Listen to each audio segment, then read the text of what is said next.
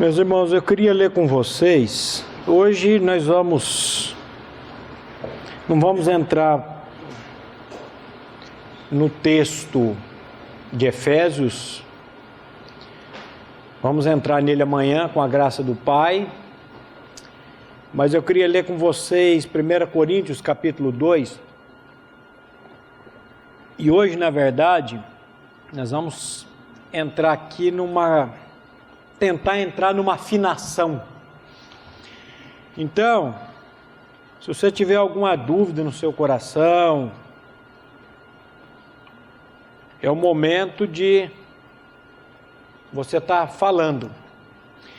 1 Coríntios capítulo 2, vamos começar no versículo 1, quando o apóstolo Paulo nos diz assim: Eu, irmãos, quando fui ter convosco, anunciando-vos o testemunho de Deus, não fiz com ostentação de linguagem ou de sabedoria, porque decidi nada saber entre vós, senão a Cristo e este crucificado.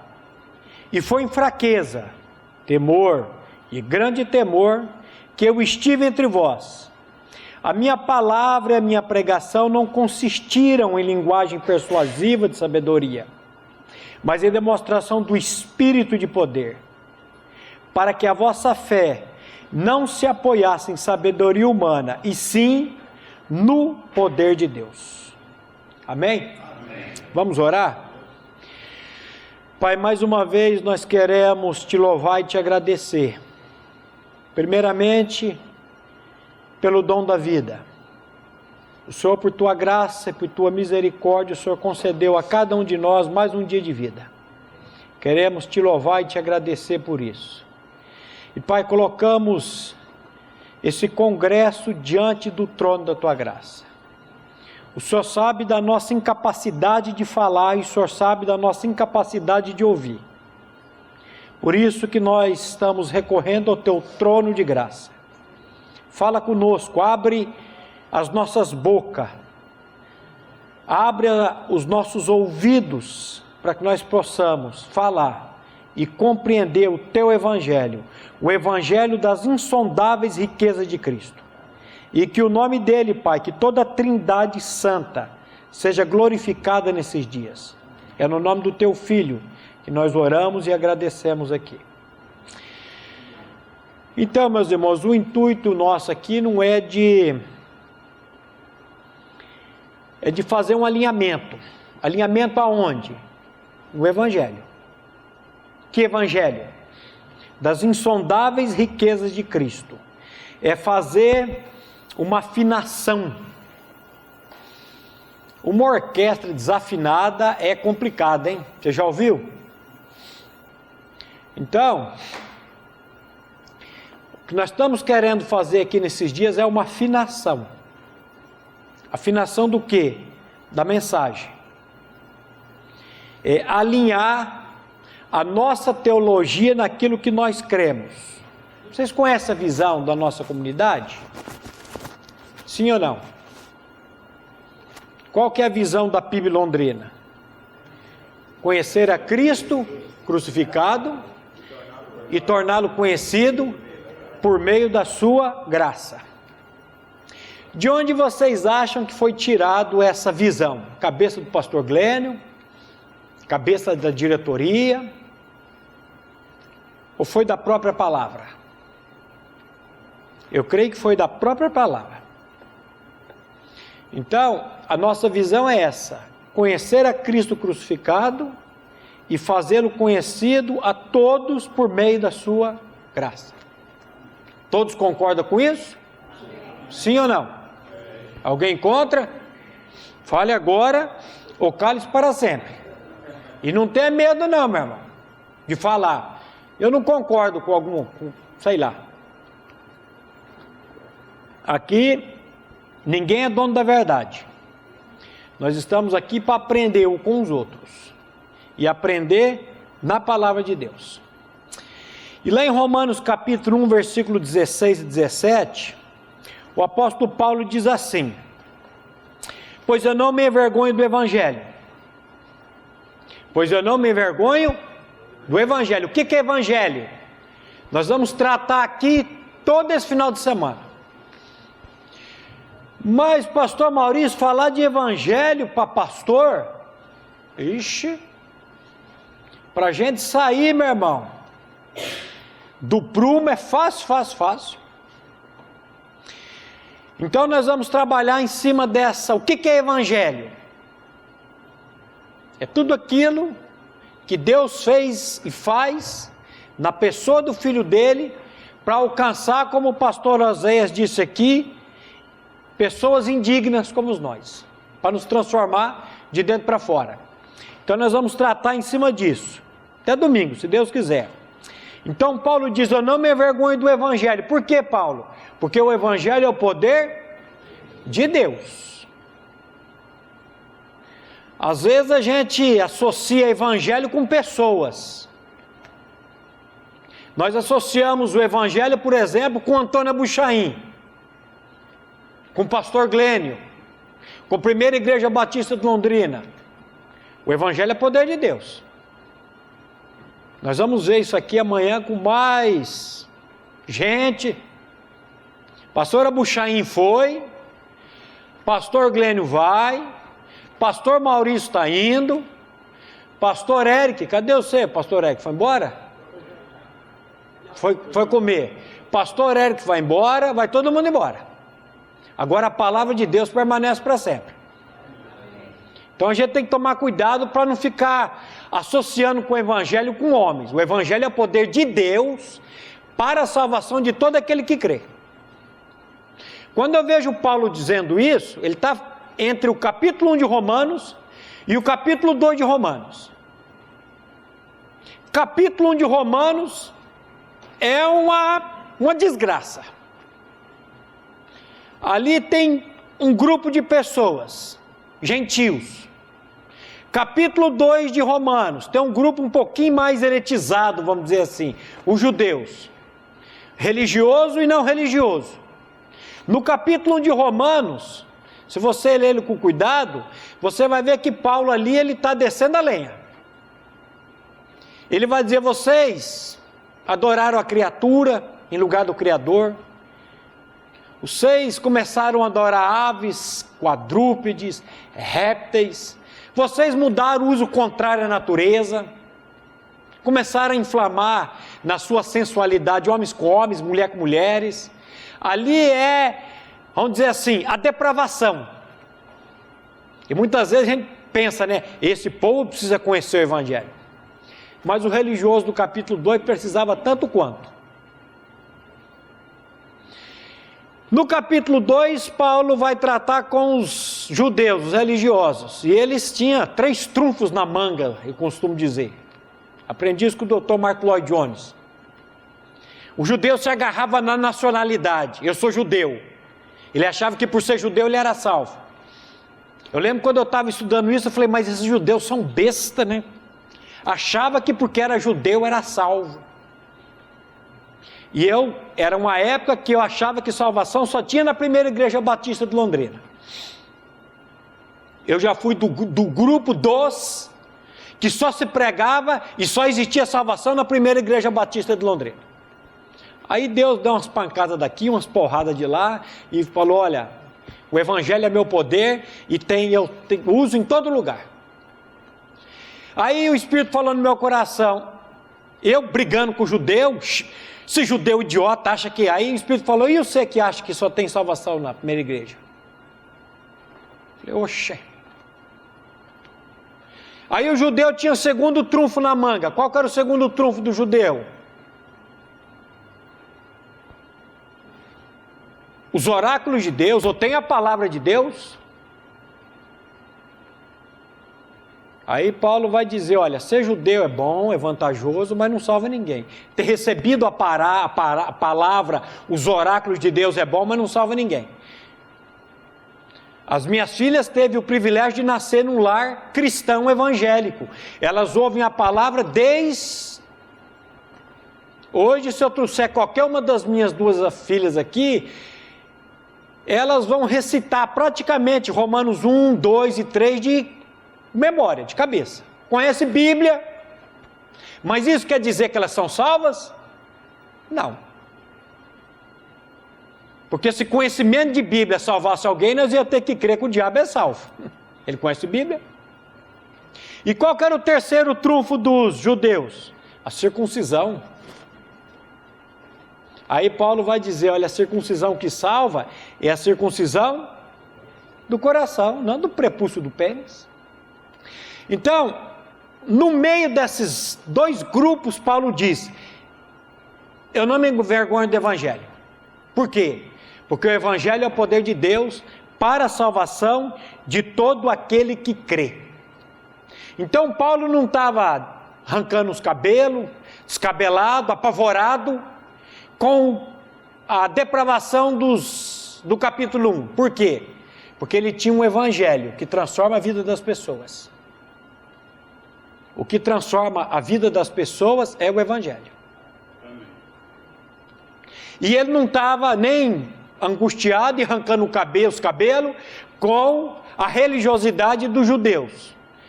O judeu achava que era salvo por ter esses três trunfos. Não, ele tinha tanto uma mensagem, tanto para um grupo quanto para outro grupo. Então, é isso que eu enxergo quando Paulo diz, eu não me envergonho do Evangelho, porque o Evangelho é o poder de Deus para a salvação de todo aquele que crê.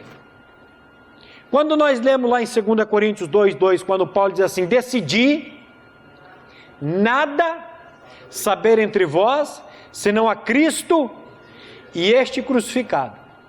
Aí eu fiquei pensando com meus botão aqui, de vez em quando eu gosto de pensar com meus botão. O que levou Paulo a dizer isso? O que será que leva uma pessoa a fazer uma decisão dessas?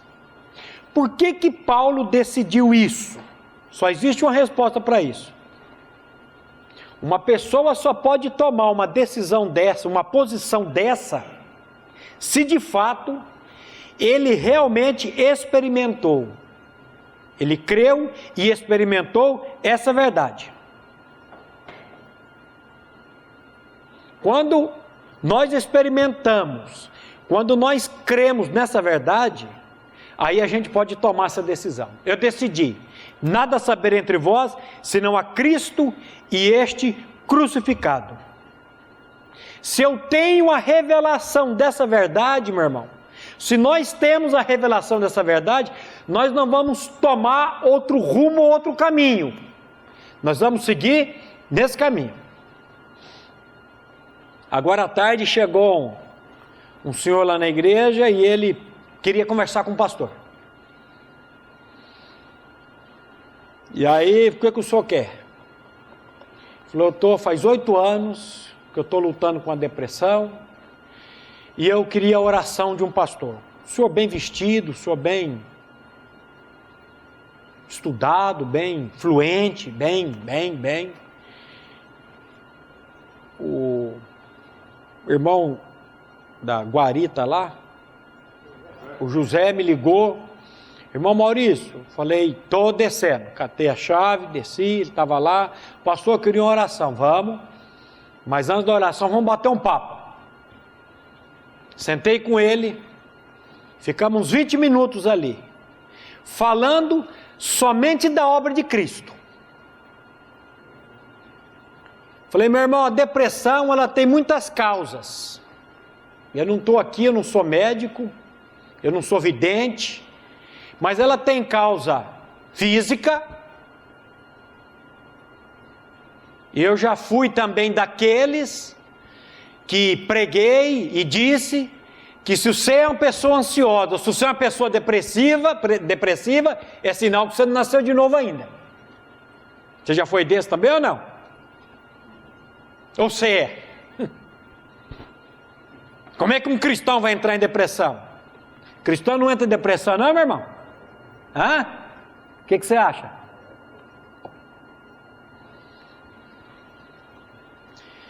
Meu irmão, ela pode ter uma causa física, mas ela pode ter uma causa espiritual também, psíquica, na alma.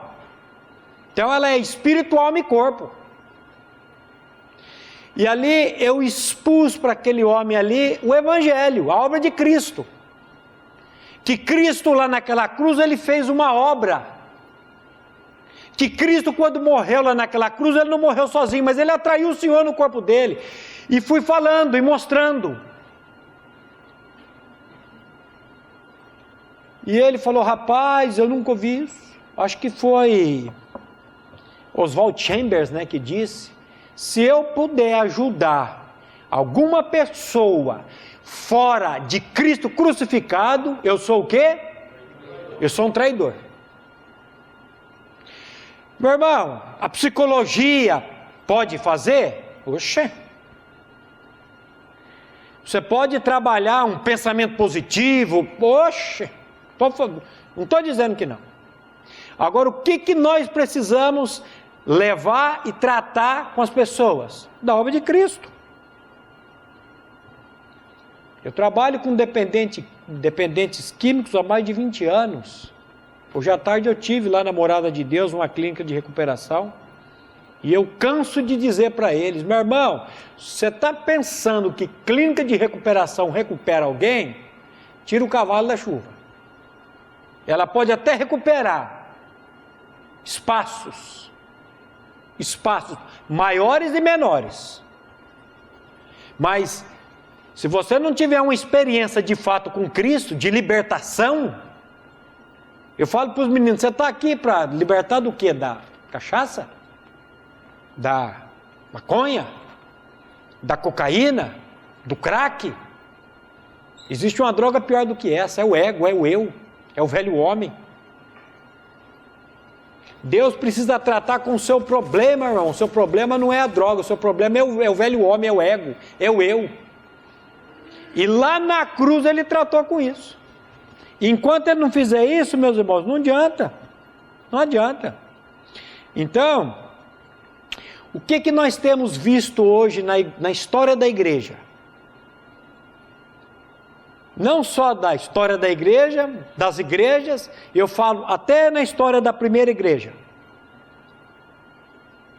Pessoas que vão bem, nós vamos ver isso, não sei que dia. Corrieis bem. Vocês estavam indo bem. Vocês estavam pregando o Evangelho, mas de repente se perde.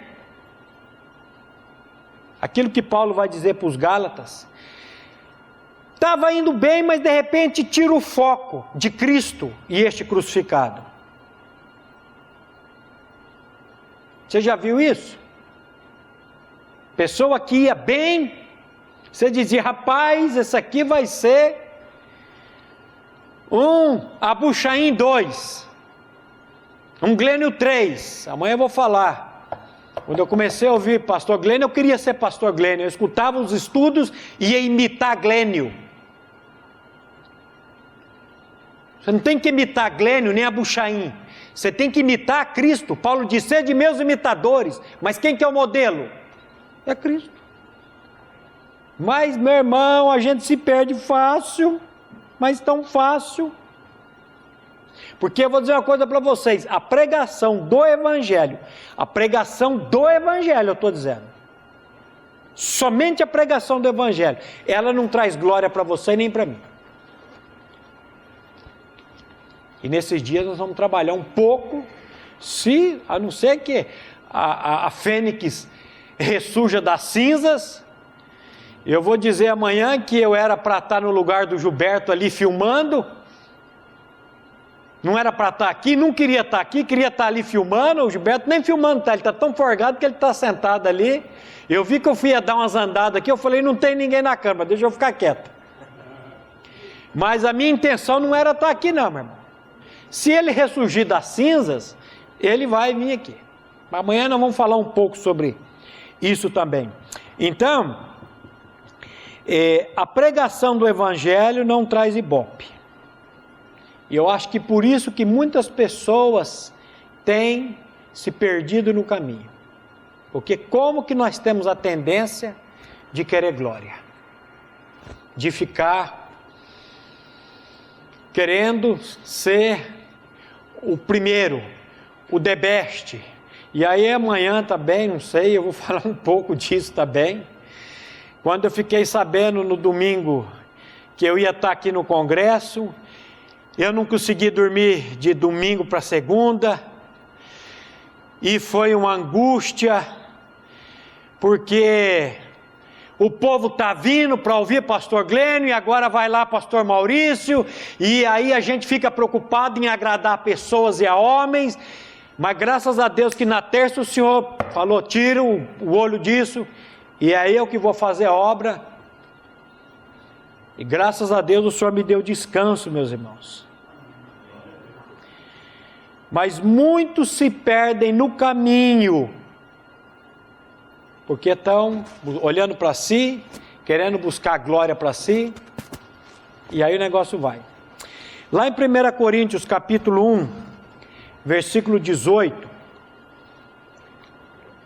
o apóstolo Paulo vai dizer assim: certamente a palavra da cruz é loucura para os que se perdem, mas para nós que somos salvos, o poder de Deus. A palavra da cruz é loucura para os que se perdem. E meus irmãos, cá para nós, você pregar que uma morte que aconteceu há 2000 anos atrás pode tirar um homem 8 anos numa depressão, é loucura ou não é? O cara já foi para psicólogo, já foi para psiquiatra do bom, está tomando remédio, tá? E você virar para ele e falar: meu irmão, só tem uma solução para você. Você morreu com Cristo há 2000 anos atrás numa cruz.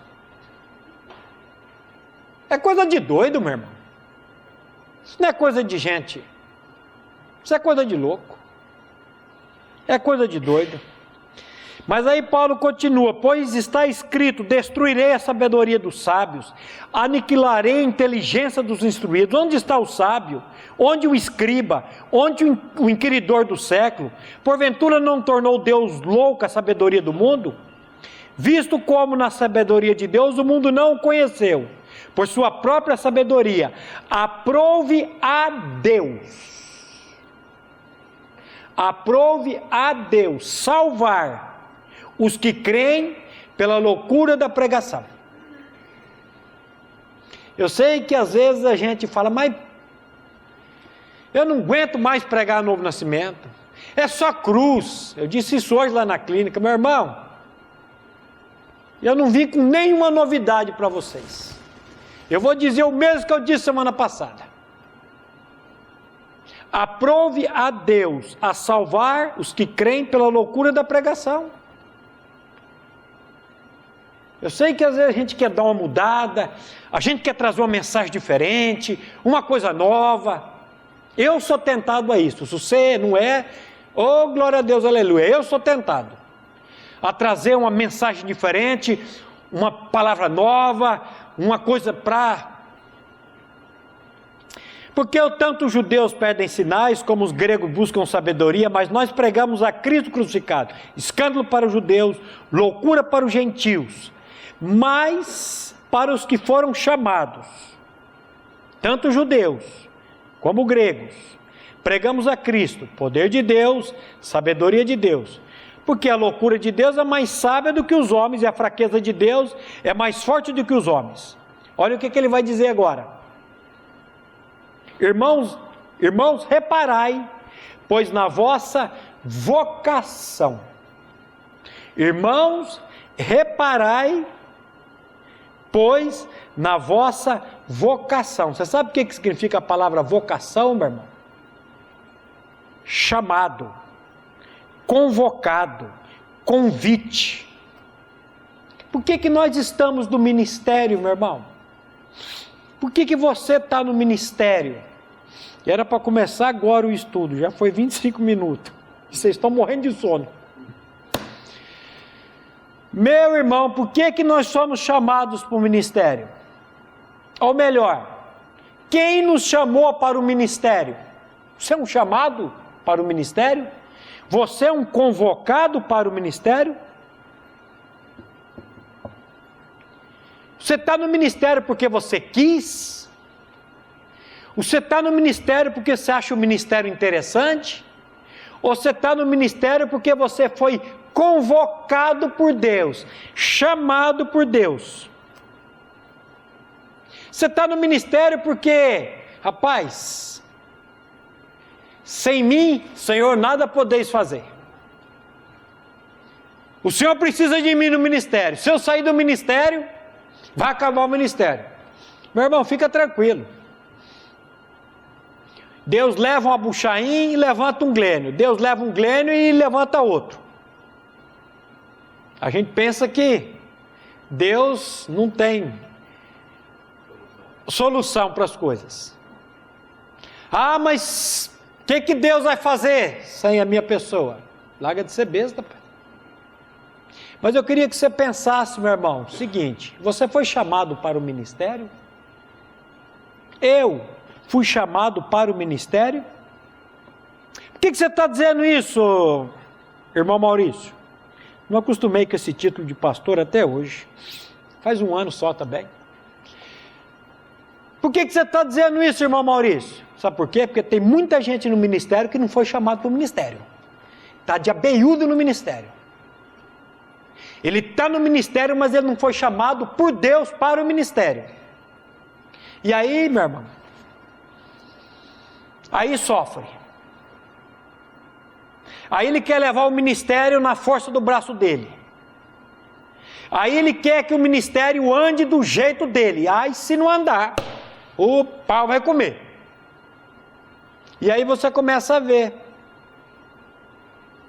as tragédias, as desgraças, porque o sujeito não foi chamado para o ministério. Está fazendo caca, para não dizer outra coisa. Sabe aquilo que Paulo diz para os Romanos? Capítulo 2 de Romanos: o nome de Deus é blasfemado entre os gentios. Por quê? Por vossa causa. Hoje eu fui levar um irmão da igreja nessa clínica, ele queria participar dos estudos, e ele estava falando de uma irmã lá da igreja, que o marido abandonou já faz um tempo, e essa semana, ele é pastor, viu? E essa semana, ele foi atrás dessa ex-mulher dele, e começou a bater, desceu, os tabefe na irmã. Pastor, o que eu conheço de pastor picareta,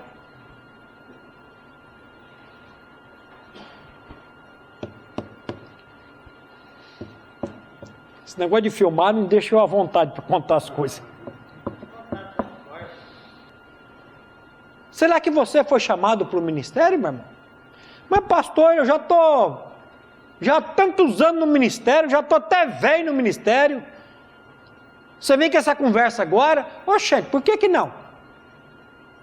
Pergunte para o senhor: eu fui um chamado mesmo para o ministério? Ou você tem medo de perguntar e ele dizer: você não foi não? Aí, hein, já pensou? Meu irmão do céu, meu irmão, eu acho que ser chamado para aqueles grupos lá do BOP que fala, tropa de elite, é muito mais fácil do que você ser chamado para o ministério. Porque eu vou dizer uma coisa: o ministério é complicado. Amanhã eu vou falar um pouco sobre isso, amanhã eu vou falar tanta coisa. Meu irmão, o que eu mais escuto dizer é: pastor não faz nada e ganha bem. É o que eu mais escuto. E aí eu fico atentado a dar relatório. Passa um dia comigo para você ver se eu não faço nada. Eu preciso mostrar para o outro que eu sou, afinal de contas, um trabalhador. Eita lasqueira. E quem que ele chama? O texto vai dizer: visto que não foram chamados muitos sábios segundo a carne, nem muitos poderosos, nem muitos de nobre nascimento. Pelo contrário, Deus escolheu as coisas loucas do mundo para envergonhar os sábios, escolheu as coisas fracas do mundo para envergonhar as fortes. E Deus escolheu as coisas humildes do mundo e as desprezadas e aquelas que não são, para reduzir a nada as que são, a fim de que ninguém se glorie na presença de Deus. Quem que Deus chama? Os desqualificados, os desprezíveis. Jesus disse, os sãos não precisam de médico, e sim os doentes. Eu não vim buscar justos, mas eu vim buscar pecadores para o arrependimento. Ué? Meu irmão, o evangelho, ele é loucura no começo, ele é loucura no meio e ele é loucura no fim. Evangelho é coisa de doido. E às vezes nós somos tentados tentado ao jeitinho brasileiro. Meu irmão, é só o evangelho, meu irmão. Não tem outra coisa. Quem que ele chama? Quem que ele chamou? Você sabe quem que eu sou, meu irmão?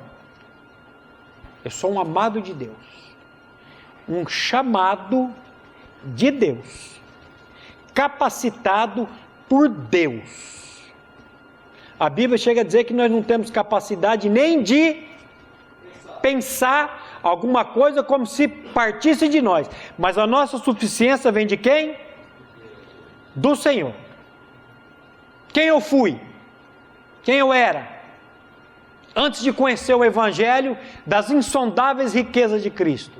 Uma pessoa que cresceu num lar abusivo.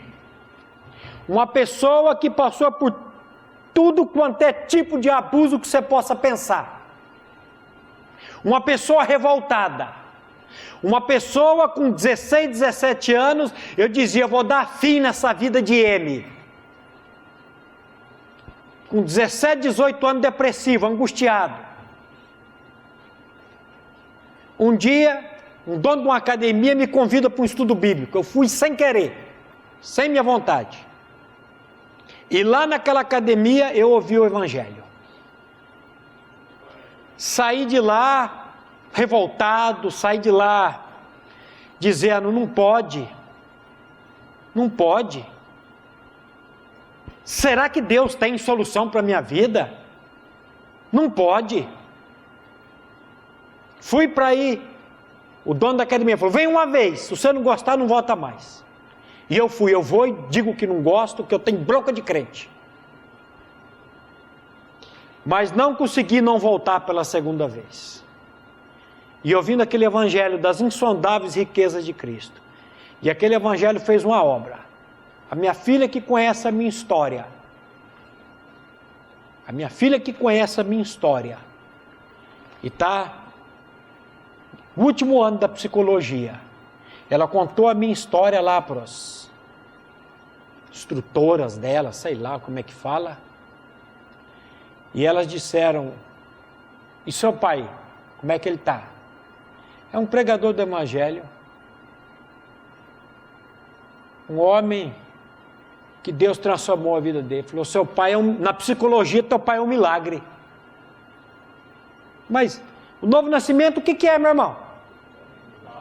É um novo nascimento mesmo ou é uma meia sola, uma meia boca? O que é? E amanhã nós vamos ver, meu irmão, que quando Deus chama, Deus capacita em todos os sentidos.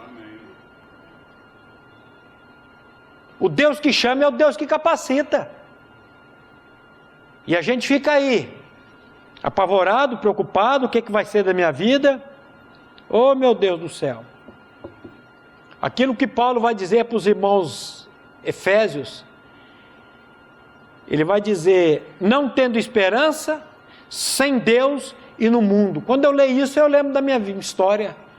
Uma pessoa sem esperança, uma pessoa sem Deus, arraigado, preso nesse mundo, mas que conheceu o Evangelho, que transformou de dentro para fora.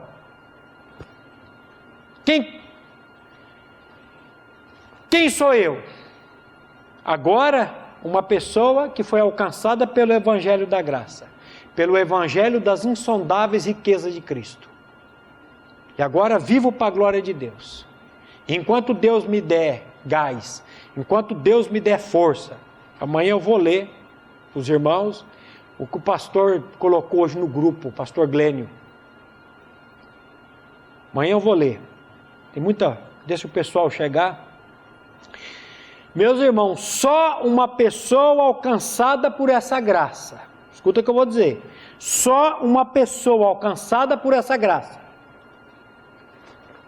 que teve um chamado de Deus, pode estar apta para ser um arauto do Evangelho.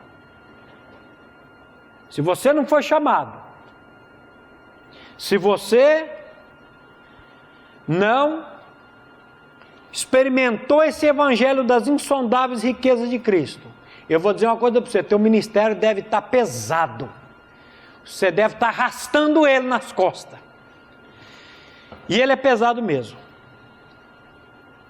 Agora, quando nós cremos, a Bíblia diz, se creres, verás, o quê? A glória de Deus, a glória de Deus. E a glória de Deus, meu irmão, ela precisa, as pessoas precisam olhar para nossas vidas e enxergar em nós e ver em nós a glória de Deus. Você lembra quando Moisés subiu no monte, ficou 40 dias e quando ele desceu, o que aconteceu? O rosto dele resplandecia. Ele não via, mas as pessoas viam. Quando eu vejo crente, pastor, com ai daqui, com ui dali, arrastando o pé, reclamando, eu falo, ou esse cara não é cristão, ou ele está com algum vazamento no cristianismo dele. E não adianta chamar rotercano não. Tem que chamar o Espírito Santo.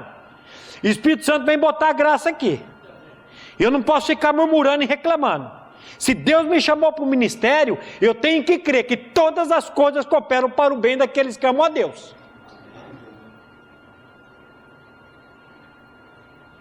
Hoje, numa firma pela manhã, nós falamos do chamado de Paulo. Como é que esse homem sofreu? O tanto que esse homem apanhou. Foi apedrejado, naufrágio, prisão, açoite, sem medida. Você não acha um ai, um ui. Ele diz, as minhas cadeias em Cristo. Ele não era prisioneiro de César nem de Roma, nem do Estado. Ele era preso do Senhor. Se Deus me quer na cadeia, louvado seja o nome dele. É porque ele quer salvar a gente ali na cadeia. E toda a guarda pretoriana e os demais ouviram o quê? O Evangelho. E se ele não fosse preso? Um homem que aprendeu a viver contente em toda e qualquer circunstância.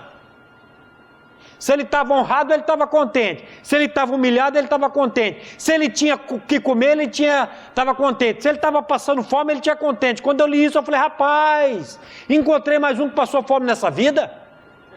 Eu achei que era só eu que tinha passado fome nessa vida. Paulo passou também. Só que Paulo era um apóstolo do Senhor. Como é que o Senhor deixa um apóstolo dele passar fome, meu irmão? Você está passando fome, irmão? Você está passando necessidade? O Senhor está deixando você passar necessidade para formar o caráter de Cristo em vocês. Paulo disse, eu sofro dores de parto, até que Cristo seja formado em vós. A gente pensa que crê, mas não crê na palavra. Amanhã também vamos falar disso.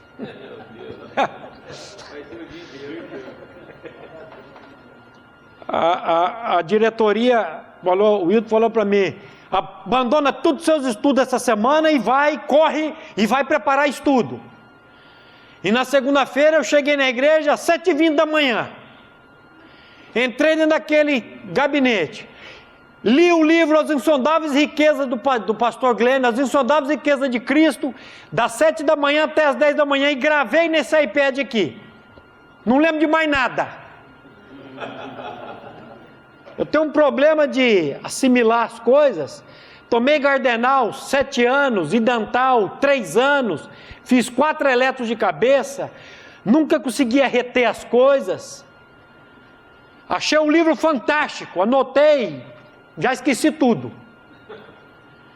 Não saí da igreja, 12:30, corri para casa, engoli e voltei para a igreja, angustiado. Falei, meu Deus, Fui até às 8 da noite, tinha uma reunião, falei, gente, deixa eu me liberar agora. Voltei para lá para cima e fui anotando coisas.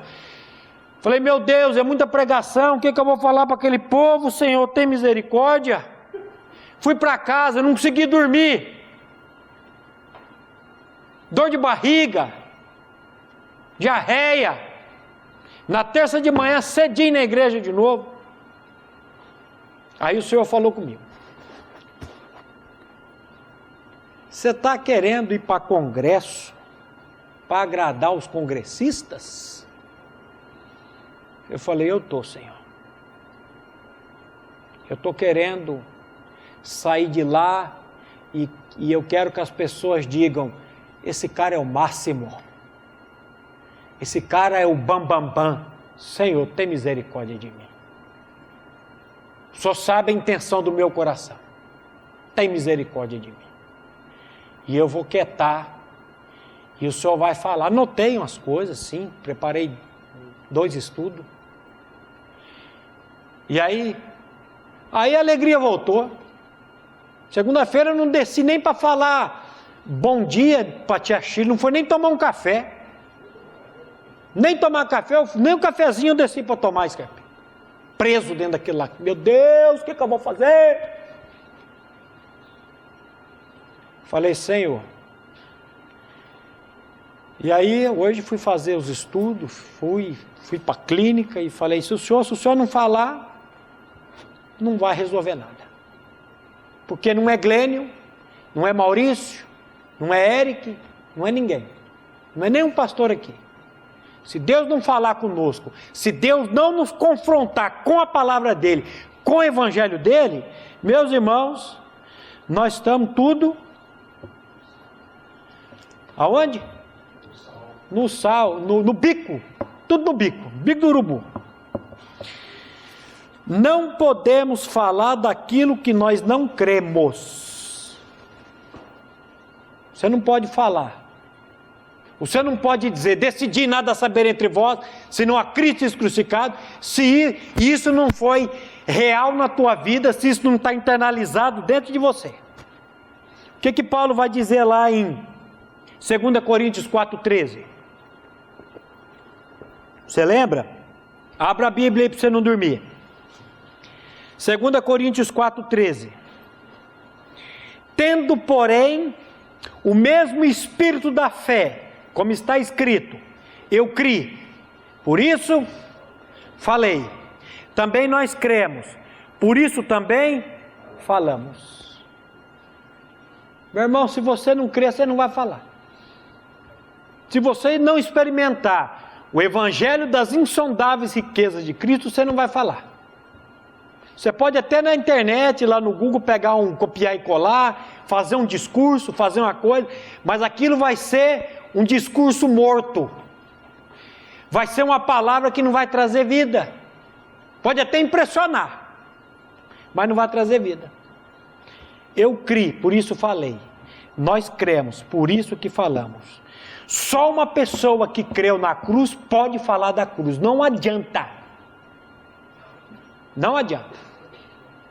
Não adianta ficar ouvindo a Buchaim dia e noite.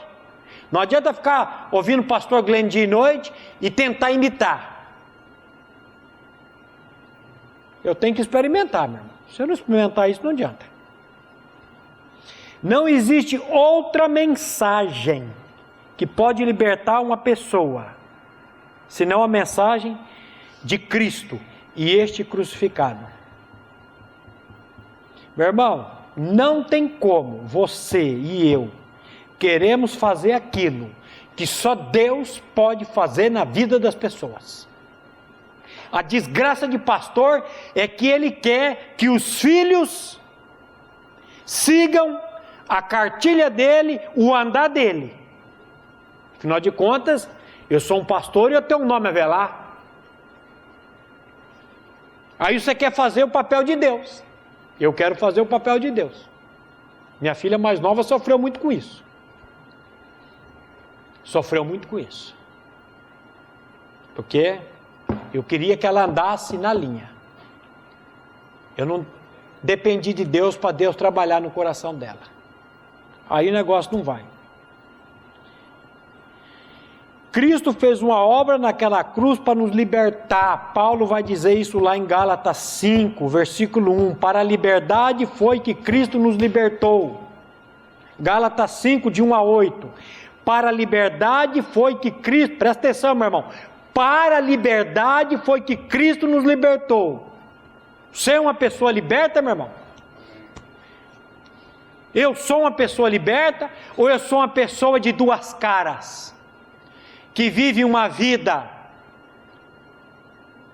para as pessoas e vive outra vida nos bastidores. Para a liberdade foi que Cristo nos libertou. A palavra diz: e conhecereis a verdade, e a verdade vos libertará. A palavra diz: se pois o Filho vos libertar, verdadeiramente sereis livres. Opa! O Senhor está prometendo uma libertação genuína e verdadeira. Agora, se eu não estou experimentando essa libertação, o problema está no poder de Deus ou está na minha compreensão do Evangelho? Ou eu ainda não clamei a Deus por misericórdia? O que será? Meu irmão, você realmente experimentou essa liberdade? Você realmente pode dizer: eu sou uma nova criatura em Cristo Jesus? Eu não estou falando aqui de perfeccionismo e nem de impecabilidade. Nós vamos tratar disso também amanhã. Não existe perfeccionismo nem impecabilidade. Não estou falando de você ser o perfeito, de você não ter problemas e dificuldades. Eu estou perguntando se você realmente é uma pessoa liberta. Se você realmente passou por uma libertação. E só a palavra de Deus, só o Espírito Santo pode nos examinar. Eu não posso te examinar. E não estou aqui para isso. Por isso que a Bíblia diz: examinai-vos a vós mesmos, se realmente estáis na fé. 2 Coríntios 13, 5. Examinai-vos a vós mesmos, se realmente estáis na fé. Provai-vos a vós mesmos. Ou não reconheceis que Jesus Cristo está em vós? Você reconhece que Cristo está em você, meu irmão? Porque a Bíblia diz que o Espírito de Cristo testifica com o nosso espírito que nós somos filhos de Deus. Mas Paulo está dizendo aqui: examinai-vos a vós mesmos, provai-vos a vós mesmos. Ou não sabeis que Jesus Cristo está em vós, se não é que já estáis reprovados? Será que nós reconhecemos que realmente Cristo está em nós? Melhor ainda, as pessoas reconhecem que Cristo está em nós? Porque aqui é fácil de eu falar. Amanhã minha esposa vai estar aqui. Quem me conhece? Enganar o Wildo é fácil. Enganar a mentoria é mais fácil ainda. Enganar o pastor Glênio é mole. Agora, espera lá. Eu vou enganar Deus? Será que eu realmente estou em Cristo? Será que você e eu realmente somos uma nova criatura? Nós temos que dizer o quê? Amém ou misericórdia? Não sei. Se você realmente tem, você... amém. Se você realmente não tem, você tem que dizer: Senhor, tem misericórdia de mim. Agora, quem que vai dar essa certeza para você? O Espírito Santo de Deus. E como é que ele faz isso? Senhor, descer para o pó. Deus resiste a quem? Quem que é o soberbo? O pastor José subiu aqui, eu sei porque que ele subiu aqui. Por causa do tamanho dele. Deus resiste ao soberbo, mas dá graça ao humus, ao humilde. Ao humilde.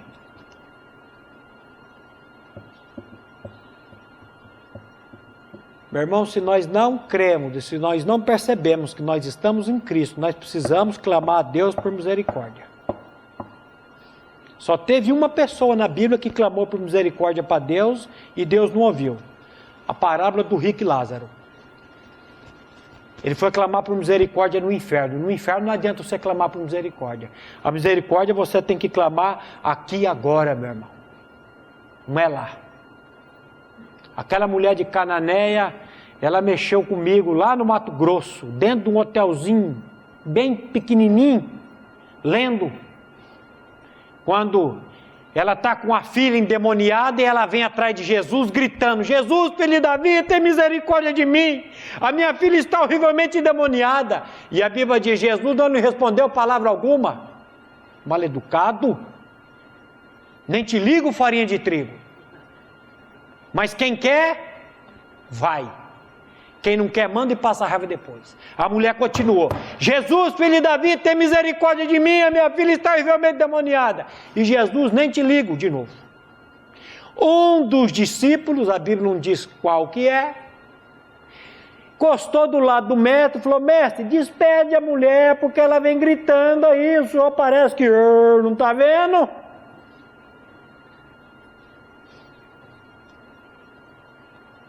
Nisso a mulher já está em cima. Aí Jesus vira para ela e fala: eu vim só para as ovelhas perdidas da casa de Israel. Se fosse eu, filho de cearense, invocado do jeito que eu sou, eu disse para o irmão hoje, eu dava um soco na boca e quebrava uns 3 dentes. Dava uma voadora nesse Jesus. Mas o que a mulher fez? Ela prostrou-se e disse: Senhor, socorre-me. Aí Jesus vira e fala: filha, não convém pegar o pão da mesa e lançar para cachorro. Meu irmão, como que Jesus é mal educado? Lá na morada de Deus, eu contei essa história para o moço, há uns anos atrás. Meu irmão, clame pela misericórdia de Deus na tua vida. Eu já clamei, irmão Maurício, e Deus não faz. Falei: como é que é? Eu já pedi e Deus não faz. Eu falei: será que é Deus que não faz ou você que não quer que Ele faça? Bota essa boca no pó, cara, e clama Ele por misericórdia. Aí contei essa historinha da mulher. Não convém pegar o pão da mesa e lançar para cachorro. Aí se fosse eu, já tinha quebrado 4, terminava de... Vamos botar uma ponte Rio-Niterói na boca desse Jesus agora, terminar de quebrar.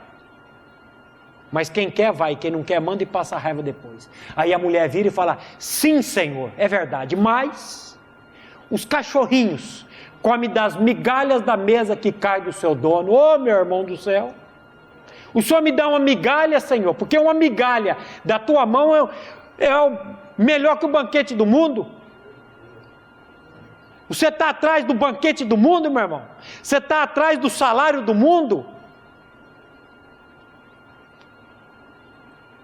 Quando eu vejo gente dizer: pastor ganha bem, quem ganha bem é jogador de basquete, é jogador de futebol, que dá entretenimento para as pessoas. Olha o jogador de basquete aí, deixou uma fortuna aí de quantos milhões? Estava voando num helicóptero de quantos milhões, doutor? 13 milhões, o Mário viu hoje aí o helicóptero do cara, de dólares. Um helicóptero, e o helicóptero caiu. Morreu ele mais 7, né? 41 anos, a filha de 13 anos. E a gente está aí. Meu irmão do céu.